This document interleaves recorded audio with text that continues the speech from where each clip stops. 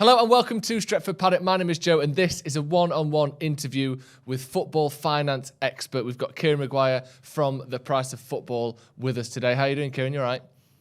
All good, all tickety-boo. Looking forward to the start of the season. I'm bored with the summer, the same as everybody else. Yeah, me too. And talking about the summer, it is a summer that has been filled with transfer rumours like every other summer. And the one that's been going on the longest, the saga that we are the most deep, furthest down the line with, is Frenkie De Jong, who we've known since the start of the summer. Manchester United want him, Barcelona want to sell him, and yet somehow that deal hasn't been done, which is where your expertise comes in. We need you to explain to us what is going on at Barcelona, why these levers that they're pulling, the need that they have to sell Frenkie De Jong, and whether there will be a sort of a financial imperative that this deal does get done eventually. So I'll start with the sort of overarching thing going on here. Obviously, Barcelona, the last couple of years, it's been revealed and is now common knowledge that they are in tons of debt. But $1.4 billion was the figure I saw. What's your understanding just of the overall structure that has been in place that's led to this huge number we're seeing now at Barcelona? How has that happened? Well, Barcelona's run differently to clubs in the UK in the sense that it's member-owned, and the president is chosen by the socios, the members of Barcelona Football Club.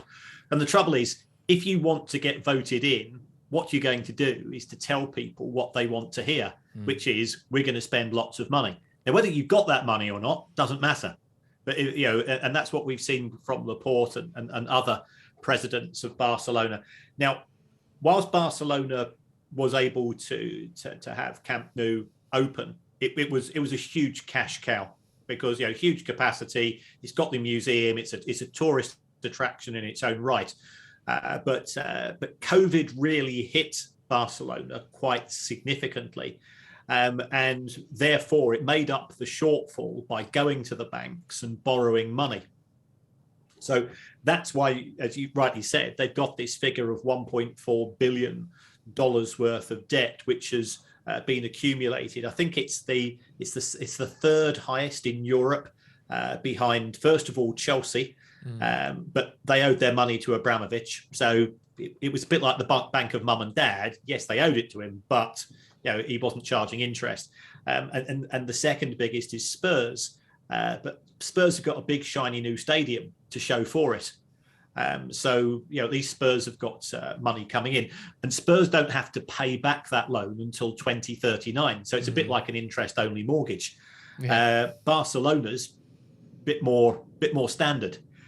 So that's the position they found themselves in. And La Liga have some quite severe what they call cost controls, which limit your wages for the next season. And the way that they work it out is they say, how much debt have you got for the next 12 months? So how much are you committed to paying out in transfer payments? Barcelona have been buying players on the hook. So they've been buying on credit. But if you buy anything on credit, it's going to catch up with you. How much are you due to repay in terms of loans and so on? And that meant that Barcelona's wage bill went down from around about $550 million or $600 million. Under the rules, it then had to be cut to about 140. So Barcelona's wage bill last season, in theory, would be around about the same as Watford's, right. So that's why we saw 12 months ago, Messi going out the door, loads of other big earners going out the door, and the club was begging for pay deferrals from its existing players to say, look, we'll pay you eventually, but we can't pay you in 21, 22. So they've got into that mess through a bit of bad luck, COVID, but COVID hit everybody. But also they were living beyond their means, even though they were the biggest revenue generating club in the world. So this thing of deferred wages then that we've seen, I think Messi is owed tens, if not somewhere around 100 million euros in bonuses and wages and all the sort of things that get packed into those mega contracts that you see for people like Messi. Obviously, Frenkie De Jong is of United's interest, where he's someone that is owed supposedly 17 million euros or 13 million euros, depending on what you're reading. But that was basically a goodwill gesture from the players to the club so that they could get under this La Liga salary cap then. Is that right? But you're absolutely right. And the players did it in good faith. If you're playing for Barcelona, part of it's due to the fact there's a bit of a love affair. It's that type of club. It's the same as United. It's a destination club. And the players were convinced that when COVID ended, Barcelona will be back to opening the stadium. There'll be another 100 million coming in at least each year, and they'd get their money in due course. So I think this is one of the sticking points, because what Barcelona are now doing is effectively a form of emotional blackmail. They've got some of the players to extend their contracts. I think Umtiti has agreed that he's going to extend his contract by 2 years, and the wages that he's owed is going to be spread over that extra 2 years. That's mainly due to the fact that probably the worst thing that ever happened to Barcelona was that they sold Neymar for 220 million euro, and they've bought Coutinho, Dembele, Griezmann, all on huge transfer fees and big wages, because they thought they'd be able to sell other players for 200 million perhaps in the future. That's not materialised. Their player sales have been pretty insignificant over the last couple of years, and that's given them a headache. So that's where this De Jong sale comes in for them then, isn't it? Where he's one of the few players that ticks boxes of he's got a few years left on his contract. He's still of an age where he's going to get a 5 or 6 year deal that will still only take him to his early 30s, and he's a top player that they can, they maybe have cover for. Does it, from a legal perspective? I know you may not know the finer details on this, but is there any sort of legal standing where De Jong can say, you owe me this money? Or was it just a kind of will you scratch our back, we'll scratch yours kind of thing? And then now they're trying to force him out before he's had this, these deferred payments paid to him. They basically say, well, we said we're paying you back next year, and if you're not here, we don't have to pay him yet. Is it as simple as that? Or could he say, you owe me this money, let's go on a sort of more legal route? Or is this really just a simple case of, this is kind of poker chips, neither of them wants to blink first kind of situation? Well, De Jong is in a very strong position. It was a wage deferral. So therefore, he's agreed in good faith that he will get that money at some point in time. What Barcelona are now trying to do is to appeal to him, and also to put pressure on him through the Spanish newspapers, which are very much in the pockets of Barcelona and Real Madrid, as I'm sure you're aware, that if you don't go down this route, then somehow you are a bad piece of humanity. We saw the reaction to Gareth Bale from the Barcelona papers, and I know he didn't necessarily shine at Real Madrid, but I seem to remember him scoring a couple of decent goals in he's getting my five-a-side team, put it like that. There is this strange relationship that the big Spanish clubs have with the media. That goes through, and of course the fans consume it all. The fans believe the club. He legally is entitled to that money, and the only way he can turn it down is voluntarily. And it could be that the player will say, well, hold on, you've managed to sign Ferran Torres from Manchester City. You've signed Lewandowski. You've signed Rafinha. They're not taking pay deferrals. They're not taking pay cuts. So why should I be the fall guy to allow you to register them? And the issue that Barcelona have at present is that although that they've signed Rafinha and Lewandowski under the La Liga rules, and actually the club's actually got a little app which goes through to La Liga, and they have to go and put in their finances for the next 12 months. They cannot register them as players until the financial situation has resolved itself, and there's still bits and pieces outstanding. But what Barcelona are trying to do is to generate extra money from effectively selling sort of glorified forms of payday loans in the form of they've sold, I think, 25% now of their TV rights for 20, 25 years. And they're about to sell 49% of their merchandise rights as well. Let's get into a little bit of that then. Some of the players and the rights that they're selling. There was rumours that they're looking to sell their Barcelona TV type outlet, that 49% of 49% of their merchandising rights. It sounds to me, they've sold the name to the stadium already to Spotify for however long, like I said, 25 years worth of TV rights, which it sounds good on paper, but in 25 years they could be getting, who knows, $2 billion a year for those TV rights, and they may well have hugely undersold them. These to me seemed like acts of desperation from Barcelona, and the even how sort of aggressive they've been in the transfer market. Is there a case that they need to be much more successful than they have been in the next 2 or 3 years?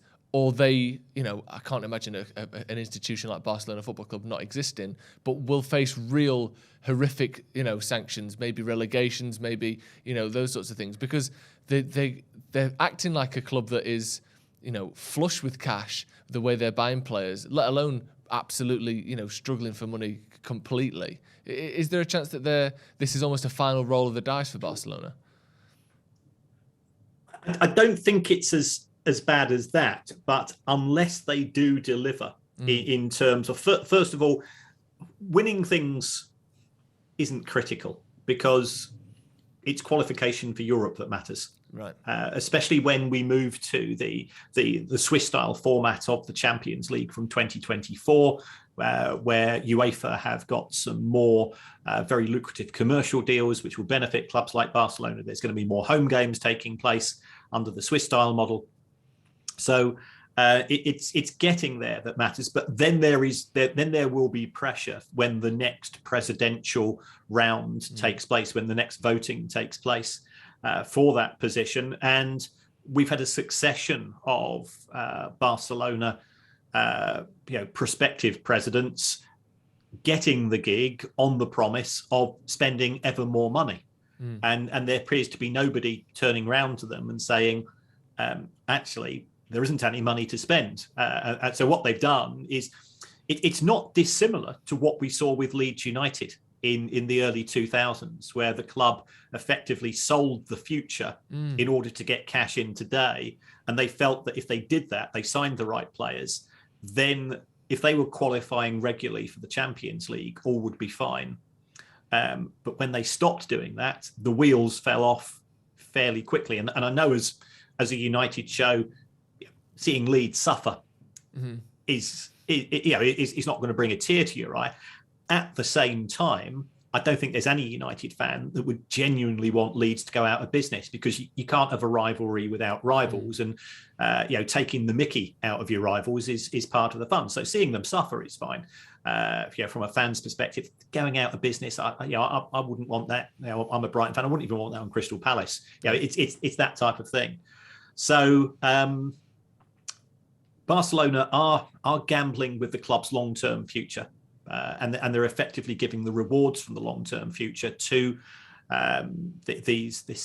Six Sense or Six City, the finance house, which is based in the States, who have got a very good deal, by the way. They have genuinely taken advantage of Barcelona being desperate for cash in terms of what they've offered them and what they're likely to get back in return. Yeah, that was the interesting thing to me. And just like you said, the deal they've got, what is it, rumours of around 150 million for 10% was one of them, and then another 250 or so for the 25%. So you're looking at, 15 million pounds a year for TV revenue. Presumably that's, Barcelona, a quarter of their revenue will be a lot more than that in 25 years. That is, like you said, it seems like they've got a very good deal there. Back to De Jong then, and how this all works with him. Someone like De Jong, who's on, rumours of 300,000 plus euros per week, he seems to be one of their only big players that looks to be leaving. Now, isn't there a problem where Piqué's owed 40 million euros and De Jong's owed this and that? But how are the numbers going to stack up this season? Because even with De Jong at the door, it still sounds like they're $200-300 million a season above the threshold that they need. Do you think selling De Jong would be enough, or is he one piece that has to fall before the rest can fall? Well, I think if you combine everything together, and what Barcelona have also done is that with some of their loans, which were due to be repaid in the next 12 months, they've rescheduled them. So therefore, they've got that off the books. Under the La Liga cost controls, it's how much is going out in the next 12 months, and then you compare that to how much is coming in. So if they get his wages off the bill, if they kick the loans down the road, if they get the extra money coming in from Sixth Street on the merchandise and on the TV deals, you put that all together, and they should be broadly okay. And remember, we've got a full year of match day revenues coming into the club this season. That's going to be worth in the region of 120 million euro fairly easily. So all of those factors together should just about get it through, but that's including player sales. And that's why they're hanging out for, 100 million euro or 82 million sterling, I think is the asking price, because they do need significant sums to come in order to allow them to register these new players. Otherwise, they're going to look a bit foolish. Yeah. So just obviously, I know you're not a football transfer expert, but just putting your knowledge into this deal, do you think that De Jong, from a personal perspective, is more likely to be kind of playing a game of poker about getting these deferred wages paid before he leaves? Or do you think there's genuinely, because like you said, the way they use the newspapers, there's Barcelona putting out this story that you either leave or you take a pay cut, when there's a third option that is he just gets paid what you contractually agreed to pay him. Do you think that maybe De Jong is playing this sort of cat and mouse, who blinks first game, where he will leave, but he wants assurances on these wages first because, like I said, they do just owe him this money? Yeah, I mean, if I was advising him, and I'm not a lawyer and I'm not an agent, if I was to advise him, I'd just say, just sit there. Barcelona have to give in to you, not the other way round. I mean, the downside is they might threaten, well, we're going to make you train with the kids and so on. If somebody was paying me 300 grand a week, I'd go to sit and train with the academy. It wouldn't bother me. But it's cutting off your nose to spite your face as far as Barcelona are concerned. So I think I think the club is trying to get the fans behind them with regards to what's happening, and B, trying to emotionally blackmail the player into taking a move. I don't think he's against it, but there's not a lot of incentive for him because like most players, he wants to play Champions League football, and Manchester United can't offer that to him this season. So what's in it for him to drop from being in a Champions League squad to a non-Champions League squad? You've got to make it worth the player's while. Especially if he's losing out on 17 million euros in the process. Just final point, I do want to ask you a little bit about how this compares to the way United is run, but just a final point on De Jong. Do you think that there will come a point this summer where Barcelona kind of cave in on that money and say, okay, we'll pay you those deferred wages because we need to get Rafinha, Koundé, Lewandowski registered? Do you think that they will eventually have to fold on that, or do you think there would be some way where they could keep De Jong and still register all these players, or do you think at some point they're going to have to break? Barcelona are going to have to do something to adjust their finances. If they sell De Jong, what are we talking? 70, 80 million. If they have to knock 17 million or 13 million, whatever this figure is off that sum, they're still in a pretty strong position. I think they're just trying to have their cake and eat it. There is an element of arrogance from the way that the club is being run, and from a financial perspective, it doesn't look clever.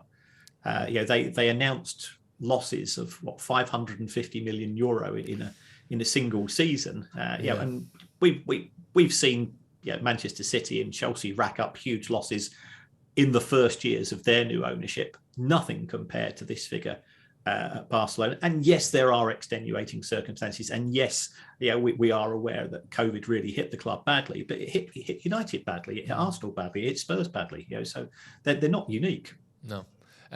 Just on United then, as sort of a comparison to Barcelona, everyone on the channel sits here and we always talk about, we spoke to you as well about the chances of the Glazers leaving. No one likes the Glazers, the money they've taken out of the club, the debt that the club has continued to be in since they bought the club. But on a sort of year-by-year running of the club, is United's model more sustainable than what we've seen at Barcelona? Or do you think there's a chance that in 2 or 3 years' time, there may be United selling 49% of this and 25% of that? Or have United managed to be slightly more stable in terms of revenue? United have built their revenue under the Glazers. I know that some Manchester United fans are unhappy. They feel at times that the club is being run on behalf of the commercial division rather than the football side of the business. But as we've seen over the course of the last 5 or 6 years, Ed Woodward's claim that Manchester United don't need to win football matches to be successful off the pitch, that's not really materialised because the commercial revenues have flatlined now for 4 or 5 years. The Glazers model, Manchester United have a pretty big wage bill. I think it could be the highest in the Premier League for 21-22 because they recruited Sancho and they recruited Ronaldo and those players weren't cheap. But they've always kept wages as a relatively low percentage of revenue. Yes, they've spent money in the transfer market not particularly well, which means that their net spend's always tended to be quite high. So, and having a high net spend isn't necessarily a good thing because it does indicate that you don't actually have players that other clubs want to buy. And if you take a look at Chelsea have been the most successful club over the past 5 or 6 seasons when it comes to selling players. You've got Liverpool selling Suarez and Coutinho and Sterling for big fees. You've got City who have really raked it in the case of the last 12 months. Manchester United, with the exception of the sale of Lukaku, haven't had pretty big sales taking place and making profits on those. So United are in a strange position in that yes, they control costs pretty well, and I'm sure you've got friends and family working there. I've got friends and family working there. We all hear the stories about just how cost conscious the club is for things not to do with football. So that they're not in a financial pickle in the same way as Barcelona, because the club is run to make profits rather than Barcelona, which is just a soap opera because of the politics of the presidential system that they have. It's interesting that, isn't it? Because that's a system that, from the outside looking in, I would love something, or I would love to feel as a United fan that I have a say, or that other United fans have a say in what goes on at United. But then, like you see there, it ends up being this popularity contest. And as you see with all forms of politics, people say one thing to get in power, and when they're in there, do something completely different. So, maybe it's not necessarily the best way of doing things. Thank you very much for coming on, Kieran. That was massively enlightening. We sort of had a look through these Barcelona things over the last few weeks, obviously with interest in De Jong, and it all kind of makes some sense. And then because the situation itself is so unbelievable, it doesn't make sense. You think, have I got that right? But thank you very much for clearing all that up. In terms of Barcelona, do you think, just as a final point, do you think they will be okay in the next 5 or 10 years? Because who knows what's going on? Like it seems as though they're really on the cusp of going one way or the other here. What's your opinion on that? Do you think they will come out of this? Yeah. There will be a Barcelona. It could be a slimmed down Barcelona, but I'm not even convinced that's the case. I mean, it's not that difficult to get fourth in La Liga, and the most important thing for them is regularly qualifying for the Champions League. You don't get a lot of extra money for finishing. The difference between finishing fourth or third or second isn't huge. It's the same in the Premier League. It's actually getting into the Champions League that matters, and La Liga is not as competitive as the Premier League in terms of those top 4 spots. And just as a final point, how much do you think this could affect a sort of a push for that Super League, a return of the Super League? Because that was there the sort of the ticket out of this, wasn't it? The immediate, was it 200-300 million a year? That's gone away now, and the numbers for the Champions League are comparatively small. Do you think we will see a return of the Super League with these finances in mind? Certainly, the Spanish clubs are still championing the Super League as some sort of saviour for European football. They've not explained it to anybody apart from themselves. But it's certainly a saviour for Real Madrid and Barcelona. I think the challenge that would exist here in England is that the English club owners have all said, we've made a mistake, we commit to not doing it. If you take a look at the new Chelsea owners, that was part of the deal by all accounts. If we get an independent football regulator, one would imagine that unless the people employed are stooges of the Super League, which I think is unlikely, that it will be very difficult for the English clubs to do a huge U-turn and say, oh, it was just one of those things. It's a bit like when you get caught sleeping with your neighbour's wife and you say, oh, just one of those things, forget about it easily. Well, it won't happen again. But it's something which is not easy to forget. No. Okay, great. Thank you very much. Thank you very much for joining us, Kieran. People can find Kieran at Kieran Maguire on Twitter. Anywhere else people can find you as well? Well, I do the Price of Football podcast with comedian Kevin Day twice a week. If you like numbers and football and some of the lunacy in the game, we do regularly ask Manchester United to put in an appearance because we're very friendly, but they're always too busy. So it's unsurprising there. Thank you very much, Kieran. Make sure you check out the Price of Football podcast. The link to that is in the description. Get your thoughts on this in the comments below. Barcelona are desperate to sign Frenkie De Jong. He wants the money that he's owed. Thank you very much for joining us, and we'll see you in a bit.